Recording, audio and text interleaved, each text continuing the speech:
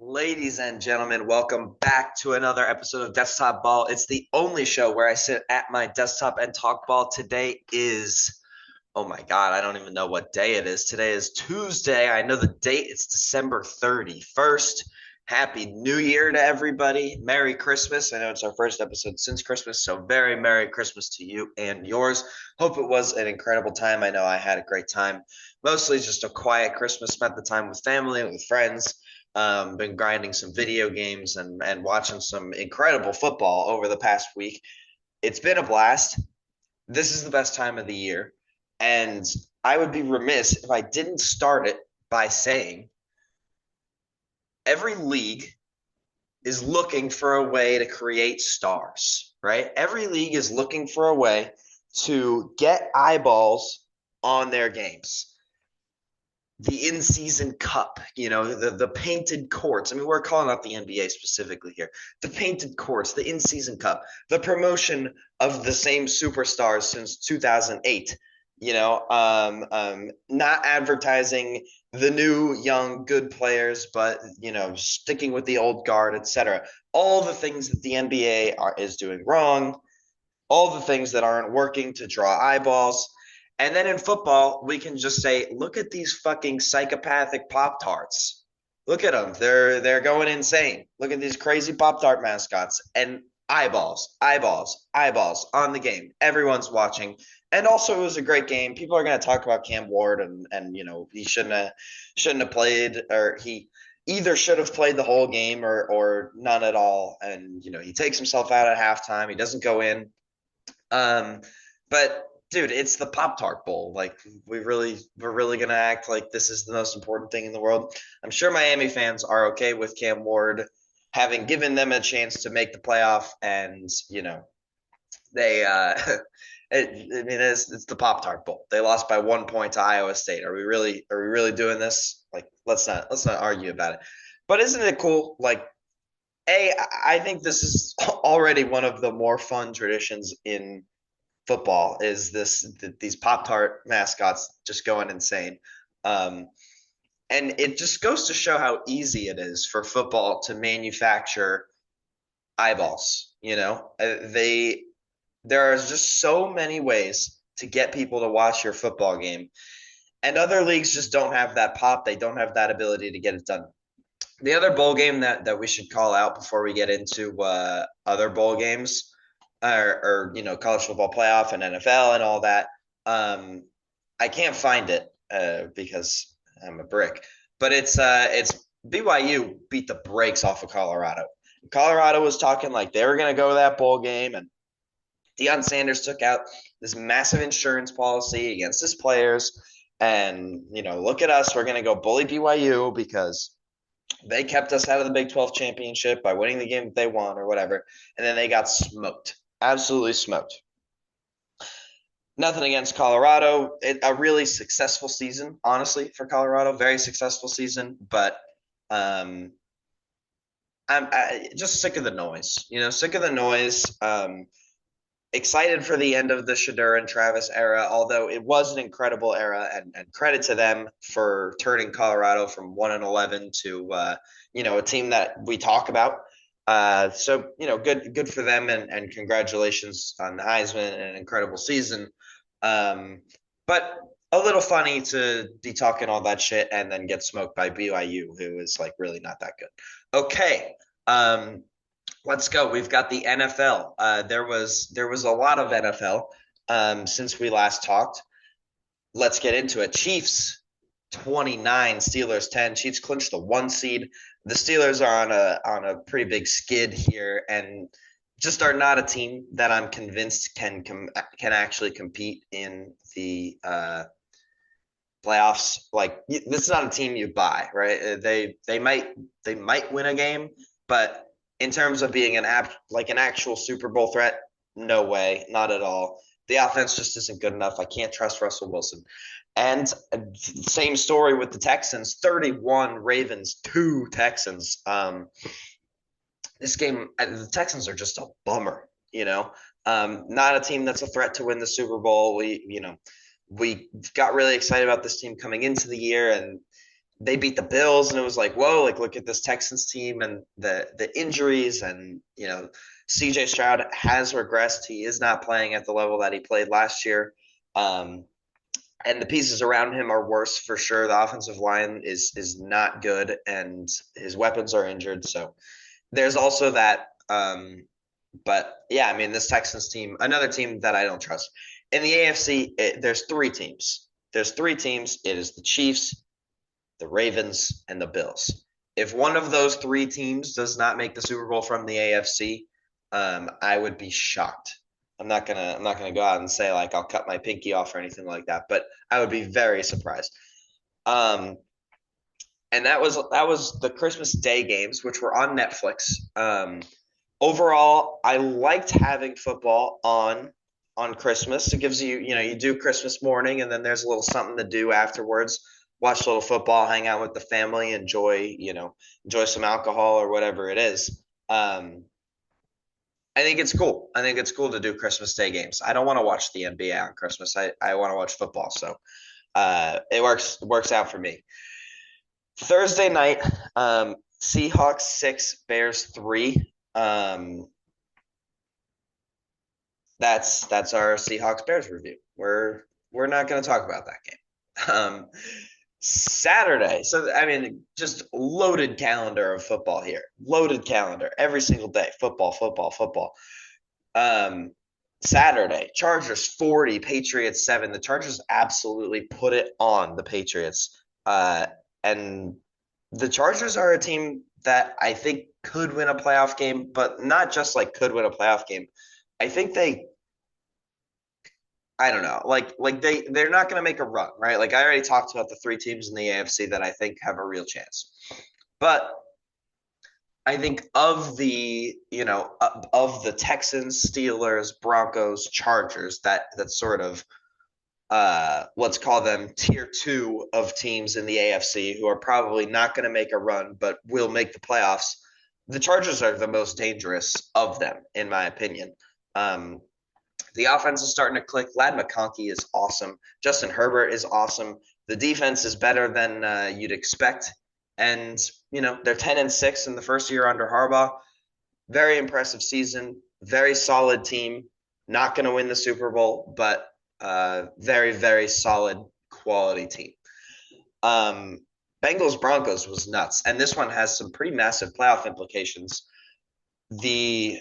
So if the Broncos lose and the Bengals win, I believe the Bengals are your playoff team.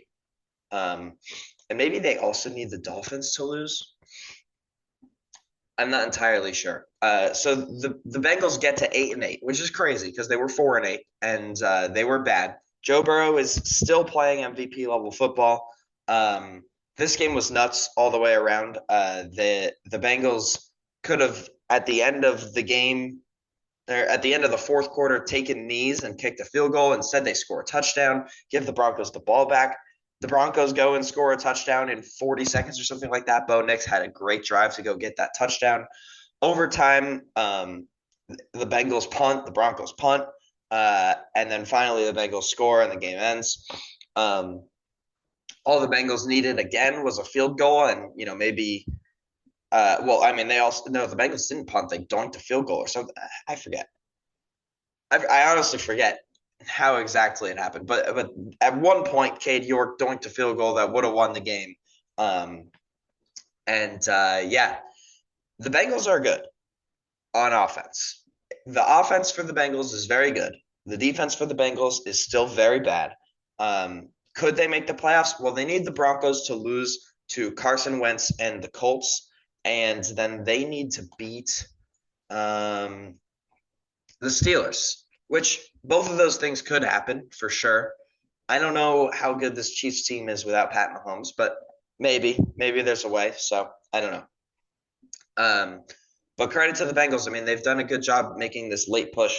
If they don't make the playoffs, there needs to be a massive focus on week 1 for them next year. They need to start next year 1-0. If they can start 1-0, 2-0, that's a big deal. But they keep coming out in September and looking terrible. And all these games count for the same amount of wins on your record. It would have been nice to beat the Patriots in Cincinnati week 1 this year.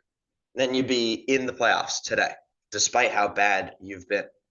Just beat the Patriots at home. That's all that needed to happen. Rams 13, Cardinals 9. Since Puka Nakua's come back, the Rams were 2-4. Now they're 10-6.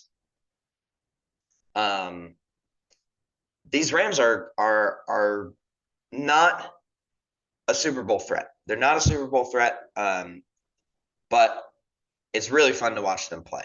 I'm just a massive fan of Matt Stafford, Puka Nakua, Kyron Williams. I don't know what it is. I hate the jerseys. I hate the town. Like, there's nothing about the LA Rams that like excites me as a franchise. It's really just the players. Like, I love Puka. I love Matt Stafford. I'm a big Cooper Kupp fan. I like Kyron Williams a lot.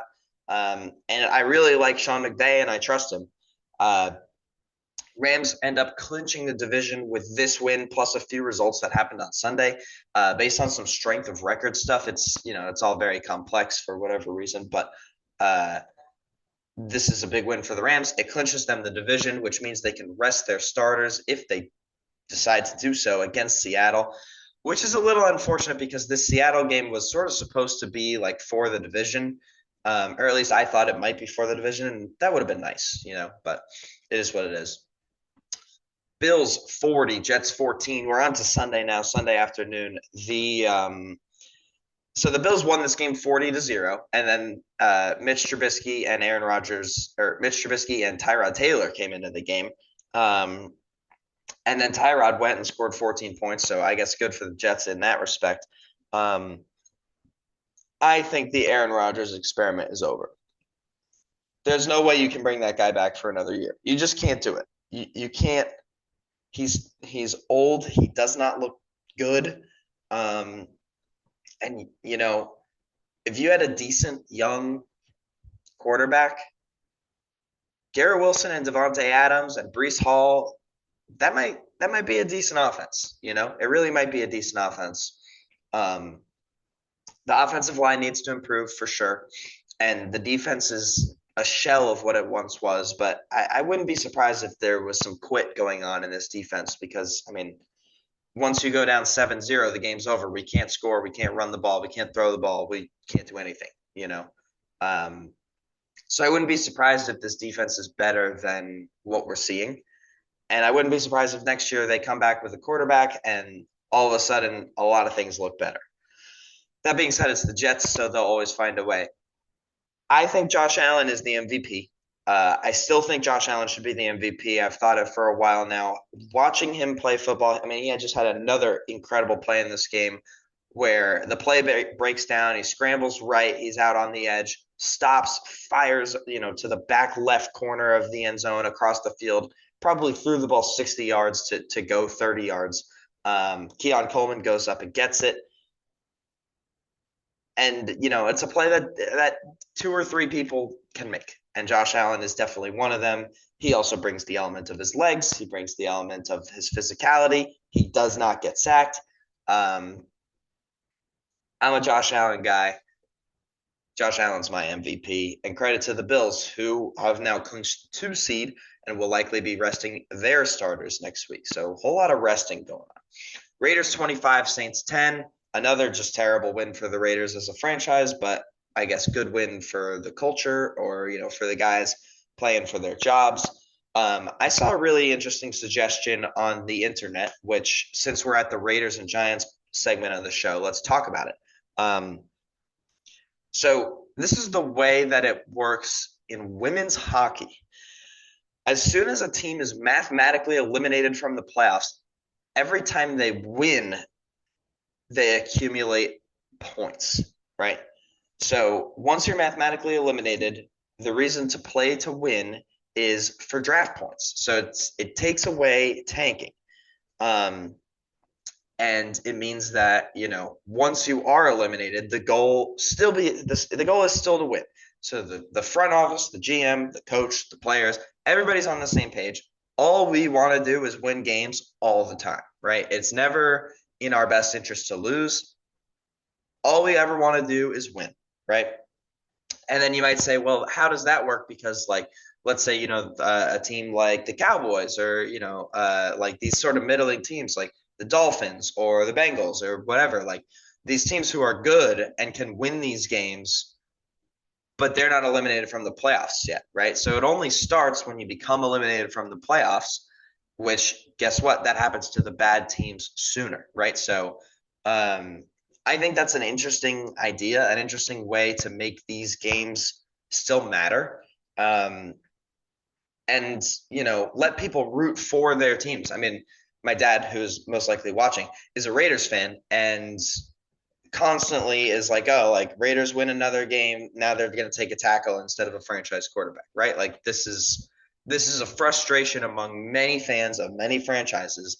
Is like the Giants go out and somehow score 45 and beat the Colts, and now we lose out on Cam Ward or Shadur Sanders or whoever it is. What if instead it was okay, my team is now officially mathematically eliminated because we suck. Now I want to root for them to win games. I still want to root for them to win games, um, to accumulate draft points. I thought it was an interesting idea. Raiders 25, Saints 10. Credit to the Raiders. It's a good win. Credit to Brock Bowers, who was an absolute problem. Set a couple records this week, I think, for catches, for rookie tight end catches. I think just for rookie catches, period. I mean, the guy's an absolute problem. You've heard Nick Saban say it, and there's no surprise there. Guy knows ball better than most. Brock Bowers is a problem. Giants 45, Colts 33. I mean, same story here, really. Malik Neighbors is incredible. That's the exciting thing to take away from this Giants game is, the Malik Neighbors early in the season, it was like, holy cow, look at this guy, he's incredible. And there was just sort of some time where it was like, frustrating and I'm sure it can't be fun to play with Daniel Jones, Dame DeVito, Drew Lock, and Tim Boyle for a 2-13 team, and all those problems, all those issues. 7 catches, 171 yards, 2 touchdowns. That's a big day. That's a really big day. He is very, very talented. He's going to be a problem in years to come. We got to get the guy a quarterback. Unfortunately, we lost out on a top 2 pick with this win, unless somebody else finds a way to win next week, which is unlikely. It is what it is. I'm sure we'll find a way to make it work. Maybe we find a way to get Sam Darnold or JJ McCarthy or Kirk Cousins, Michael Penix. There's plenty of places that have 2 quarterbacks that only need one, and we're a place with 0 that desperately needs one. I'm sure we'll find a way to go get somebody. Hey, maybe even Cooper Rush. Eagles 41, Cowboys 7, although Cooper Rush did not look very good in this game. And the Eagles did. So no Jalen Hurts in this game. Kenny Pickett starts. Saquon Barkley breaks 2,000 yards, 167 yards on the game, 31 carries, averaging over 5 yards per carry, by the way. I mean, to average over 5 yards per carry with that volume, with 31 carries, is insane. It's insane. And yes, the Cowboys' run defense is terrible, but Saquon is truly a generational running back that was stuck on just an absolutely terrible franchise, is what it was. The guy's incredible. 2,000 yards, credit to him. Going for the record next week, maybe if they decide to play him. They have no reason to play their starters, I believe. And they're playing against the Giants. So whether or not he wants to go for the record against the Giants, whatever, that's interesting. Maybe he'll do it. Maybe he won't. Kenny Pickett eventually goes down in this game. They bring out, I don't even know this guy's name. I'm so sorry. But here, we'll figure it out. Tanner McKee from Stanford, who goes out there and has 156 passer rating. Look at him. I guess 3 for 4 for 54 yards and 2 touchdowns. That's a pretty good way to get a high passer rating. Yeah, the Eagles are really good. The Eagles are still really good. They need Jalen Hurts to come back, which he will. They're still, in my opinion, the best roster in football. And they're my pick for the Super Bowl. I made it a while ago, and I'm just gonna stick to my guns. I don't actually like really think that they're going to win it, but I think that they very well could. They definitely have the best roster. It's gonna come down to coaching, which is where I just don't trust them. But um, sometimes even just having the best roster in football is enough. Maybe that'll be the case here. Also, shout out, I actually did not know that a guy that I worked on a project with in school, his name's Moro Ojomo, is now playing for the Eagles. He plays defensive tackle for the Eagles. He played at UT. But and you look at the guy and it's like really like this guy is like that like level of athlete. Like, he's a big, strong guy for sure. But he's not like 6'6", towering, like, a presence in a room. He's more of just like I guess just slender and strong. Not like slender, like still defensive tackle size, but like impressive. Impressive. I saw him get a tackle for a loss. He stuffed Zeke Elliott in this game. I was like, holy shit, that's Morrow. I worked on on a marketing on a marketing project with that guy. That's funny. Anyhow, Bucks 48, Panthers 14. The Bucks just demolished the Panthers in this game. Baker Mayfield played perfect football, 359 yards, 5 touchdowns. The Buccaneers could do absolutely whatever they wanted in this game. And they are doing everything in their power to get the win in that division back. And we'll get to Falcons Commanders, but they got some help. And the Bucks have the division back now after that bad loss to the Cowboys. Yeah, I mean, this is a big win for the Bucks. Absolutely had to have it, and they do. They have to keep winning. They've got one more game. They must win it. If they do, they are in. And it is against, drumroll please, the Saints. So pretty winnable game. You expect them to go win that. Credit to the Bucks. Congrats on most likely making the playoffs. Do I want to talk about the Panthers? I don't think I need to. I mean, Bryce Young still didn't play like terribly in this game. I think he's your quarterback next year. I think you got to stick with him. He's been good down the stretch. Keep improving the roster. Let him play out his whole rookie deal at least, and then see what you have. Jaguars 30, Titans 13. This game occurred, and I watched some of it. Only what came up on Red Zone. Brian Thomas is really good. Okay, that's a good recap of that game. Hey, Dolphins 20, Browns 30. This is another game that happened. I watched some of it, whatever came up on Red Zone. The Dolphins, I guess, are still technically mathematically alive for the playoffs, and I don't know whether they have a tiebreaker over the Bengals or not. Maybe can we go to standings? Oh, oh, oh, oh, oh, whoa. Oh, whoa, whoa, whoa. We're doing everything wrong here. Doing it all wrong. Standings. And then let's go to conference. Oh, playoff, maybe? Okay, so it looks like the Dolphins are above. Yes, wins tiebreaker over Cincinnati since best win percentage in conference games. Okay, so the Bengals need the Dolphins to lose as well next week. So the Dolphins actually they don't like control their own destiny, but they have a real shot, which is crazy because this team is so bad. And they play the Jets, so most likely it's going to be the Dolphins we're talking about next Sunday if the Broncos somehow do lose to the Chiefs. So man, the Bengals really should have beaten the Patriots week 1. What a mistake. The game that was supposed to be the game of the week, Vikings 27, Packers 25. The Vikings went out and handled the Packers, and then the Packers made a late game resurgence from 27-10 to 27-25. Just wasn't enough. And these Vikings, they might be really good. These Vikings might be really good. I mean, they have the defense, the weapons, the O-line, the running back. I like Aaron Jones a lot. The coach, absolutely. The coach, the defensive coordinator, absolutely. The question, like the only thing that gives you pause on the Vikings is Sam Darnold. Can you really trust this guy? And only because we've just seen him not succeed in other places. If you were just judging based off of this year, how things have gone, there is no reason not to trust this Vikings team. They're really good. I mean, we saw what the Packers have been doing the past, couple weeks. The Packers are good, and the Vikings made them look just a tier below in this game. Frankly, a tier below. Um, Although, while it was not a game for a while, it eventually turns into a game.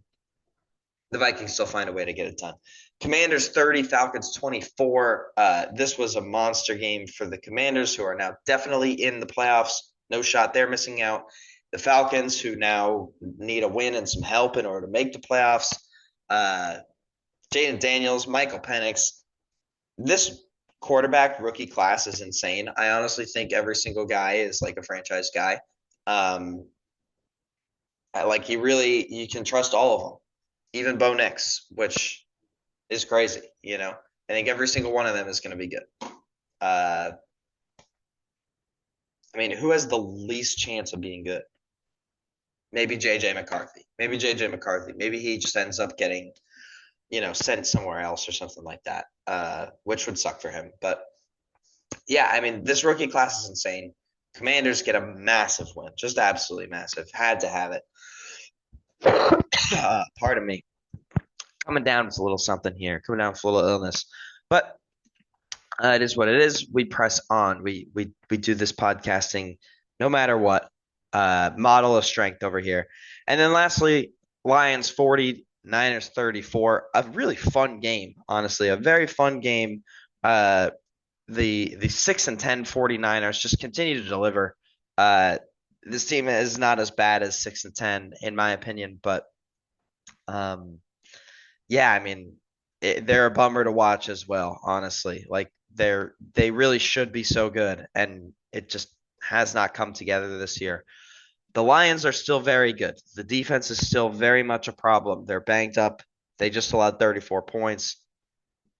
The good news is there's no team I trust more in a shootout than these Lions. I mean, they can score a million points at will. So while I don't love their Super Bowl chances per se, I do very much like this Lions team. And, any given day, I think they can beat any given team. I have full confidence in that fact. So there's something there, right? There's something there. Let's do some college football. Let's snag a water and do some college football. Give me 3 seconds here.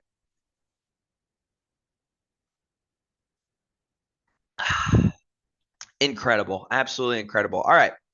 Round two of the college football playoff. It is taking place at the New Year's Bowl venues because the bowl people are grubby little misers who refuse to let these games happen on campuses. And what do you know? Nobody wants to go to them. The Fiesta Bowl in Glendale, Arizona, you can get in for $40 to a college football semifinal or quarterfinal.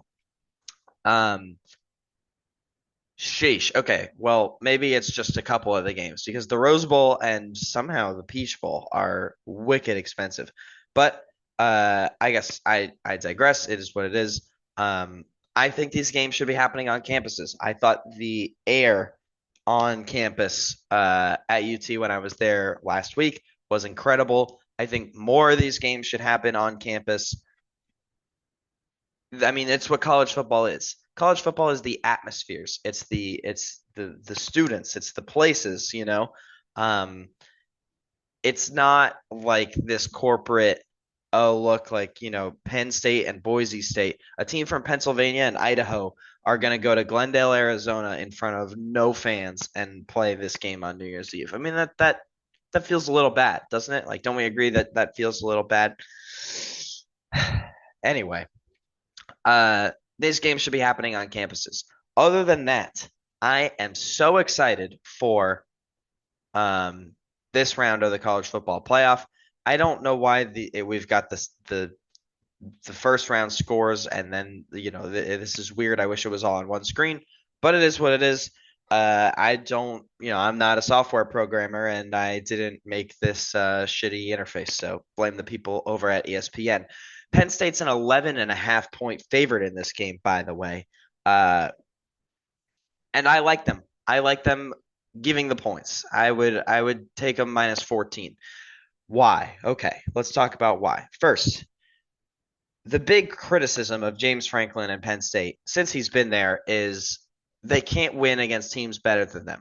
They beat every team worse than them, but they can't win the big one against the teams better than them. They can't beat the Ohio States, the Michigans, the Oregons, etc., right? The Alabamas. Like they're not going to go win that game. At least they haven't in years past. Good news for them is they are vastly better than this Boise State team. The roster is vastly better. They should win the line of scrimmage on both sides. Um, could they come out sluggish? Could Boise State, punch them in the mouth with Ashton Genty early and everybody's like, oh boy, like watch out? Yeah, actually, like I would not be surprised. However, in a four-quarter football game, there's going to be too much talent at the line of scrimmage, I believe. Drew Aller is too good of a quarterback. Tyler Warren, too good of a tight. I mean, the weapons are going to be too good for Penn State. They are just better. They are frankly just better. And Boise State shouldn't be the 3 seed in this playoff. The auto buys are stupid. And, hopefully we will fix that next year or whenever. But Penn State, I think, will just be too good. Uh, and as much as I like Boise State, what you think about this Boise State team, everybody wants to think of them as like, look, they're this plucky underdog.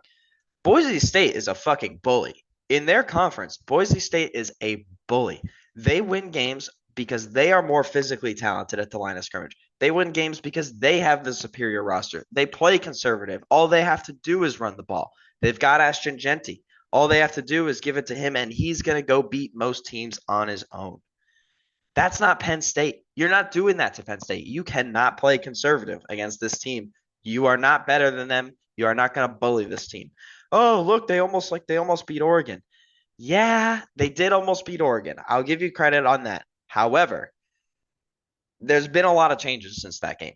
Oregon has fixed their offensive line, and they are much, much better after that offensive line fix, which happened in week 3. Week 4, they went with the new offensive line against Oregon State, mauled them, absolutely mauled them. And then Boise State, I mean, the formula is out. We know the formula. If we can find a way to contain Ashton Genty, you can win this game by 20 points easily. Could easily win this game by 20 points. I like Penn State giving the points in this game. I think they are just too damn good. And then we all wake up hungover, hopefully around 11:30, turn on the TV, and we're at the Chick-fil-A Peach Bowl where Texas is a 13-point favorite over the Arizona State Sun Devils with tickets as low as $1,740. You can go there for $1,740. I'm going to click this button. I'm just interested in, where these seats would be. All right, tickets as low as $1,740. You got tickets for $26. Wait, there's like no tickets sold to this game. I mean, shocker, right? Like nobody from Texas or Arizona is making it out to Atlanta. You know where they would go? Tempe, Arizona. I bet seeing a playoff game at Tempe, Arizona, could you imagine? How fun would that be? And why is it that Arizona State doesn't get to host a playoff game? I mean, they wouldn't anyway because they wouldn't be high enough ranked. But if these teams are good enough to get the 3 and 4 seed, why don't they get to host a playoff game? How fun would it be to go to Boise, Idaho, and see this game being played on blue turf, or Tempe, Arizona, and see this game being played, in the Sun Devil Stadium, which I actually couldn't even tell you what it looks like. I've never watched an Arizona State home game in full. I never have. However, despite that, Arizona State's more alive in this game than you think. Arizona State is more alive in this game than you think. As a Texas fan, I am saying that. Are they going to win? No.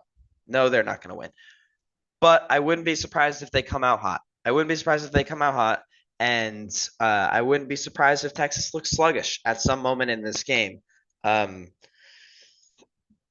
This Texas defense is really good, and you don't run the ball on this Texas defense. They've got the Thorpe Award winner in Johnny Barron. Uh, really good in the secondary, really good at linebacker, really good at defensive tackle, really good at edge. I still think it's the best unit in college football. I know people are giving the Ohio State defense a lot of credit, and the Oregon offense is probably better. But I think that Texas, you put the Texas defense somewhere in the top 3 units in college football. The defense is absolutely incredible. I'm not convinced that Arizona State, without their best weapon, with a not so great quarterback, and Cam Scatabo, are going to find a way to win this game. I just don't buy it. Um, I do think that they could threaten to cover the 13 points, but I'm going to pick Texas. I think we can win by 14 points. Uh, the biggest thing that gives you pause is honestly the Texas offense.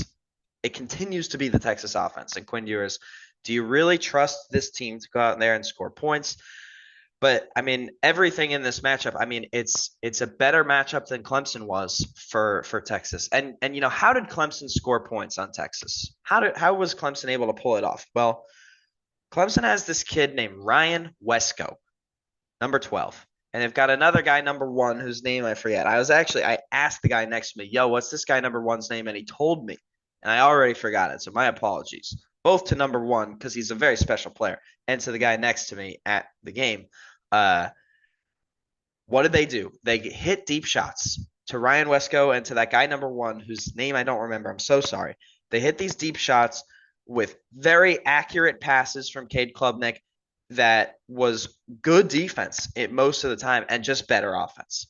Is Arizona State capable of that without their top receiver? I don't think so, guys. I don't think so. And the line of scrimmage, Texas should just be able to dominate it. I like Texas in the game. All right. Now that we've gotten the auto buy games out of the way, that's the games that, the result, it would be very, very surprising to see an upset in either of these games. That's all I'll say. That's all I'll say. Let's look at the fun ones, huh? Let's look at the fun ones. This game is going to be absolutely incredible. You can get in for $135, sit in the worst seat in the house. It's at the Rose Bowl. Now, I know what I said. I know I said that these games should be at home, but this one just feels right. Ohio State, Oregon. It's the Big Ten versus the Pac-12. It's what the Rose Bowl is supposed to be. And yeah, people are going to show up for this one. Why? Because it's the Rose Bowl. Well, why don't we make the Rose Bowl the national championship every year? It's the venue in college football. It's the venue. This is the place everybody wants to go. The Rose Bowl should be where the championship occurs, and it should still occur on New Year's Day. And all of that could be done with some changes to the schedule. It would allow the transfer portal to make sense. It would let the season culminate in the best venue in the sport. It would allow for home games during the playoffs. It would just be right. It would just be right. Let's talk about the game. It's at the Rose Bowl. It's going to be during the day, which feels a little weird. I do like when the sun sets at the Rose Bowl and you've got some dark at the end of it. But hey, you want to play this game during the day? We could play it during the day. That works for me. We've got Ohio State's a 2.5-point favorite, and before the playoff, I picked Ohio State to win this game. I said this Ohio State team is going to come out. They're going to play fast. They're going to play free. They're going to play in space. They're going to play much more aggressively. And, I wouldn't be surprised if they manhandled Tennessee. I wouldn't be surprised if they beat Oregon. That's what I said. I was at least right about the first part. And now everybody else is on them. Here's the problem. Everybody else is on them. I don't like that everybody else is on them. I don't like it one bit.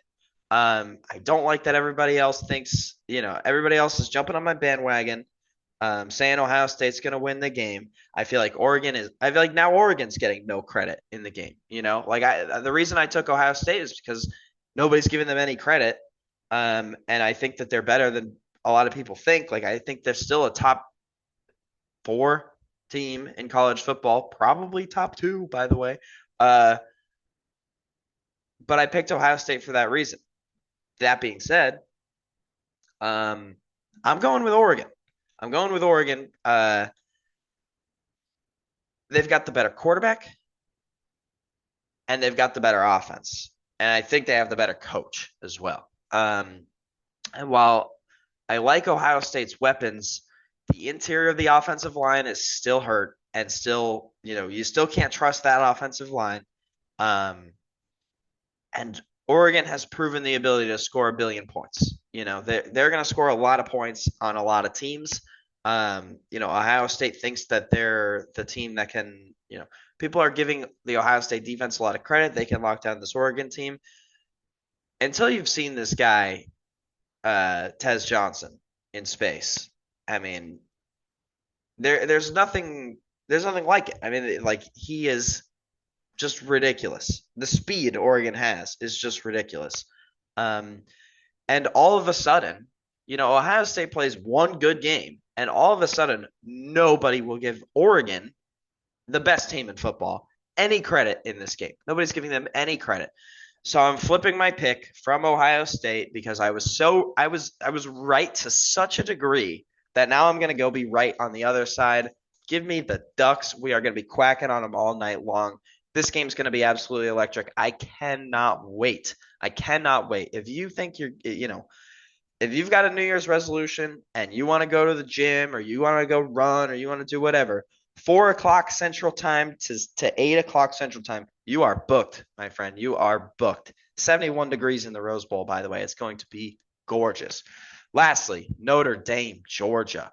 Two just incredible logos, two incredible programs. And in years past, you would not like Notre Dame going to the Sugar Bowl to play the Dogs in what's basically a home game for the Dogs. I mean, not in Atlanta at least, but it's in New Orleans. I mean, it's gonna be a home game. I like the Irish. I like the Irish a lot. In fact, okay, let's talk about it. So, in my previous bracket filling out episode, I said Notre Dame's not going to run through Georgia. They're not going to run around Georgia, and they're not going to throw it over Georgia, which makes me not convinced that they're going to score a lot of points in the game. And I honestly do still kind of think that. Like, I'm not convinced Notre Dame's going to score 30 points. Like, I would be surprised if they did. And as wrong as it feels to pick against Georgia, I don't trust the backup quarterback. I'm sorry, I don't trust the backup quarterback. And did you know they're 15th out of 16 teams in rushing in the SEC? 15th out of 16 teams in rushing. We fall in love with the logo. We fall in love with Kirby Smart. We fall in love with those two games they played really, really well against Texas. Really, really well against Texas. And we say, this Georgia team's absolutely incredible.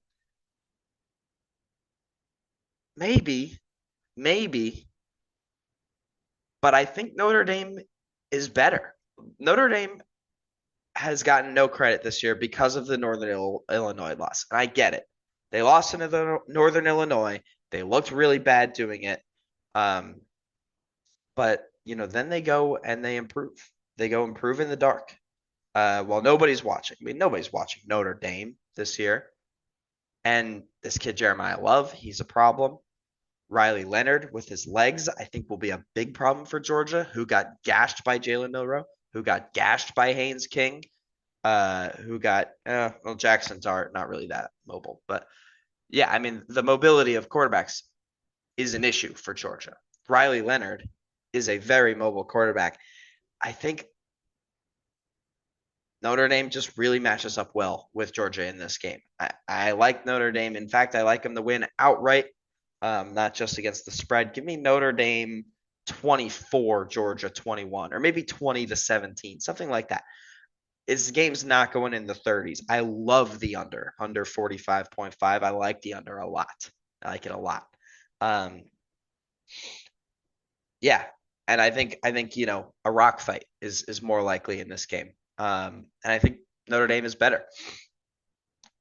The issue with picking Notre Dame is you look like such an idiot if Georgia just goes out there and whomps them, and it's Kirby Smart and Georgia, and you picked against them, and you picked Notre Dame against them. But I really do think they're going to win this game. I really do think so. It's going to be fun nonetheless. It's going to be a great day. Going to be a great weekend of football. I hope you're ready for it. Because right after this, we're this is the Wednesday. Then we're going into uh, NFL football again, right? Like if I'm not mistaken, we go straight into it. In fact, oh no, there's not. Not until Saturday. No NFL football until Saturday. So be ready. It's going to be a great week. Thank you guys so much for watching. Hey, if you've made it this far, which is pretty unlikely, but if you have made it this far, give me a like, give me a comment, give me a interact with the show in whatever way you feel comfortable, and share it with a friend if you'd like. We are winding down the football season. I would love very much to continue doing this. It's really a question of will I have enough to talk about? And the answer is probably no. So maybe we'll take a summer off or something like that. I mean, definitely in the summer, we'll take the summer off because I'm not, I mean, you're not going to catch me sitting here talking about, the Olympics or something like that. It's just that's not my area. Gonna keep this a football show. Anyway, thank you so much for watching. Another incredible weekend of college football coming up. Happy New Year, Merry Christmas. Stick with your resolutions. Go to the gym, get that muscle going. That's what I'm gonna do. You're gonna see me, September and next year starting this show, week 2 of Desktop Ball. I'm gonna be like this. I'm gonna be filling up this entire office. Anyway, thanks for watching. See you guys in the next one. Bye bye.